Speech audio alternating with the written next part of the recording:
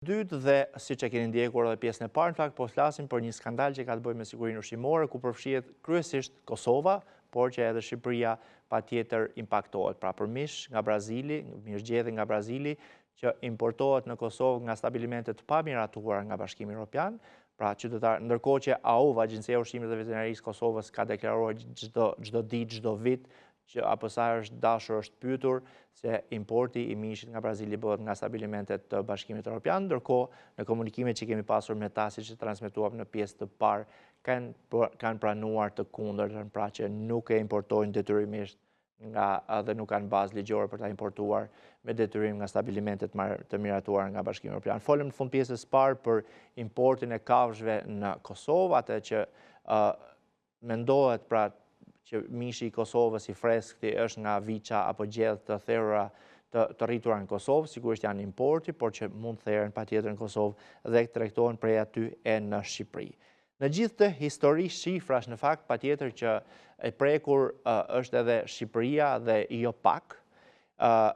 Ne i dërguam në vim gjithë komunikimeve, në fakt, i dërguam edhe një kërkesë Drejtorisë Përgjithshme të Doganave të Shqipërisë, kundër të tjera i kërkuam se sa mirëzgjedhje me origjinë nga Kosova janë importuar në Republikën e Shqipërisë për 2024-2025, sa kilogram sallam janë importuar nga Kosova për në Republikën e Shqipërisë gjatë 2024-2025, dhe shifrat janë të frikshme. Shifrat janë të frikshme se sa shumë marrim ne nga Kosova, mish, por edhe nën produkte mishi, të cilat sigurisht edhe referuar çmimeve që deklarohen, kuptohet shumë lehtë sepse nga është origjina e mishit.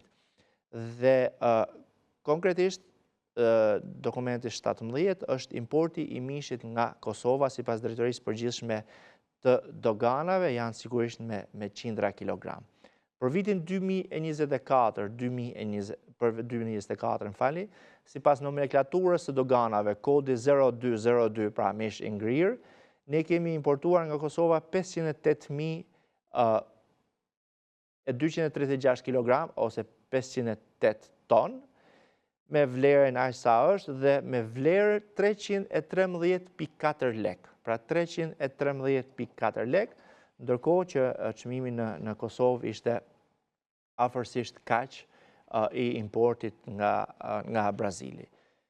Kodi 0201, pra mishi i freskët, po sipas nomenklaturës Doganave të Shqipërisë, mishi i freskët që ka ardhur po nga Kosova në Shqipëri është me vlerë 584.36 lek.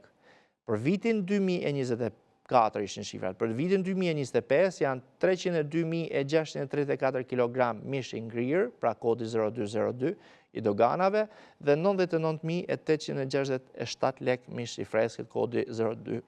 Në vitin 2025, çmimi për mishin e ngrirë ka qenë 323.55 lek, ndërsa mishi i freskët 668 lek. XK për gjithë ata, vendi në origjines është Kosova në termat zyrtar të institucioneve. Tani, përveç çështjes shifrave që nuk kanë shumë sens, ose tregojnë më së miri se nga vjen ky mish, duhet një logjik të thjesht biznesi. Mishi i ngrirë është 313 lek .4 për vitin 2024 dhe 323.55 lek për vitin 2025. Mishi i freskët është më shtret, 584.36, 24 dhe 25 në 668 lek.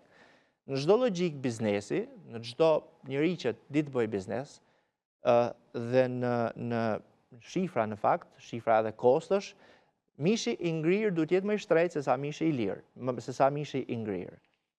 Pra, se sa mishi i freskët. Mishi i ngrirë duhet jetë